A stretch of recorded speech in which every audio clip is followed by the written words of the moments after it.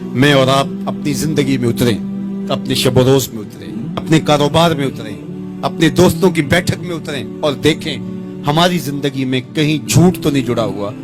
میرے حضور نے تو مومن کی شان بیان کی کہ وہ جھوٹا نہیں ہوتا، اور میرے حضور کا نمایاں وصف صادق اور امین ہے، جس کو کافر بھی مانتے تھے۔ جب آقا کریم نے کوہ صفا پہ چڑھ کے کہا، میں اگر کہوں کہ پہاڑ کی دوسری جانب سے ایک لشکر آ رہا ہے جو تمہیں طاقت و تاراج کر کے رکھ دے گا تو تم میری بات مان لو گے؟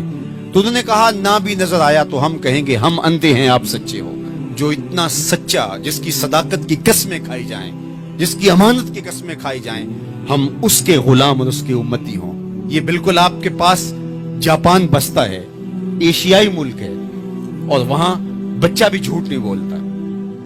وہ کوئی اور گوشت پوست کے بنے ہوئے انسان ہے؟ نفس اور شیطان ان کے ساتھ نہیں جڑا ہوا؟ کیا ان کی ضروریات اور ان کی مجبوریاں نہیں؟ لیکن وہ جھوٹ کیوں نہیں بولتے؟ ان کی ماں نے بتایا بیٹے جھوٹ نہیں بولنا، ان کے باپ نے بتایا بیٹے جھوٹ نہیں بولنا، ان کے استاد نے اسکول میں بتایا بیٹے جھوٹ نہیں بولنا۔ اور ہم کیوں بولے؟ ہمارے نبی نے بتایا جھوٹ نہیں بولنا، ہمارے آقا نے بتایا کہ جھوٹ نہیں بولنا۔ اگر ہم آقا کے سچے غلام ہیں تو ہماری زبان سے جھوٹ نکل ہی نہیں سکتا۔ جب کوئی شخص جھوٹ بولتا ہے، حدیث پاک میں آتا ہے اس کے منہ سے بدبو نکلتی ہے، جس سے اللہ کے رحمت کے فرشتے 1 میل دور ہٹ جاتے ہیں، اور اگر وہ پھر جھوٹ بولتا ہے تو فرشتے اور پیچھے ہٹتے چلے جاتے ہیں۔ اب سویر سے لے کر شام تک جھوٹ جھوٹ اور جھوٹ، اور فرشتے کہاں کے کہاں پہنچ گئے۔ رحمت کے فرشتے تو نیڑے ہیں ہی نہیں، تو پھر کاروبار میں بھی بے برکتی ہوگی، گھر میں بھی بے برکتی ہوگی، اس دواجی زندگی میں بھی تلخیاں ہوں گی۔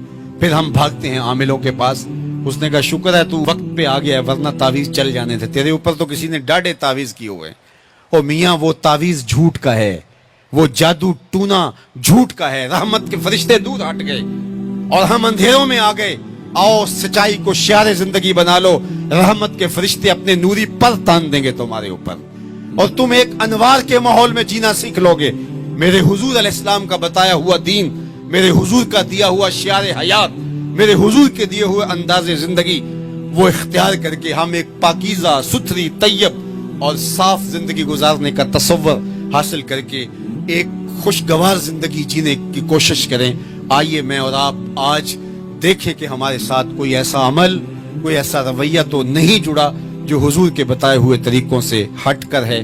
آؤ اپنی زندگی کو ان کے قدموں میں ڈال دیں، ہمارا رویہ بتائے ہم حضور کے غلام ہیں، ہمارا طرز زندگی بتائے ہم حضور کے غلام ہیں، ہمارا انداز حیات بتائے ہم حضور کے غلام ہیں۔ غلامی رسول کو اپنی نس نس میں سمو لو، غلامی رسول تمہارے لباس سے دکھائی دے، غلامی رسول تمہارے رویوں سے دکھائی دے، غلامی رسول تمہارے طرز حیات سے دکھائی دے، غلامی رسول تمہارے سجدوں سے دکھائی دے، تو غلامی رسول تمہارے وعدوں سے دکھائی دے، تمہاری بولی سے غلامی رسول ٹپکتی ہو، نہ یہ کہ تم صرف زبان سے یہ کہو کہ میں غلام رسول ہوں، باقی تمہاری زندگی کا ہر تیور اس کی نفی کر رہا ہو۔ آؤ میں اور آپ آج کی اس بزم نور کے اندر یہ عہد کر کے اٹھیں کہ زندگی کی ایک ایک سانس حضور کی اطاعت میں گزاریں گے، جئیں گے تو حضور کے لیے، مریں گے تو حضور کے لیے، اور زندگی کی ایک ایک سانس حضور کے نام لگائیں گے اور ان کے لیے جئیں گے۔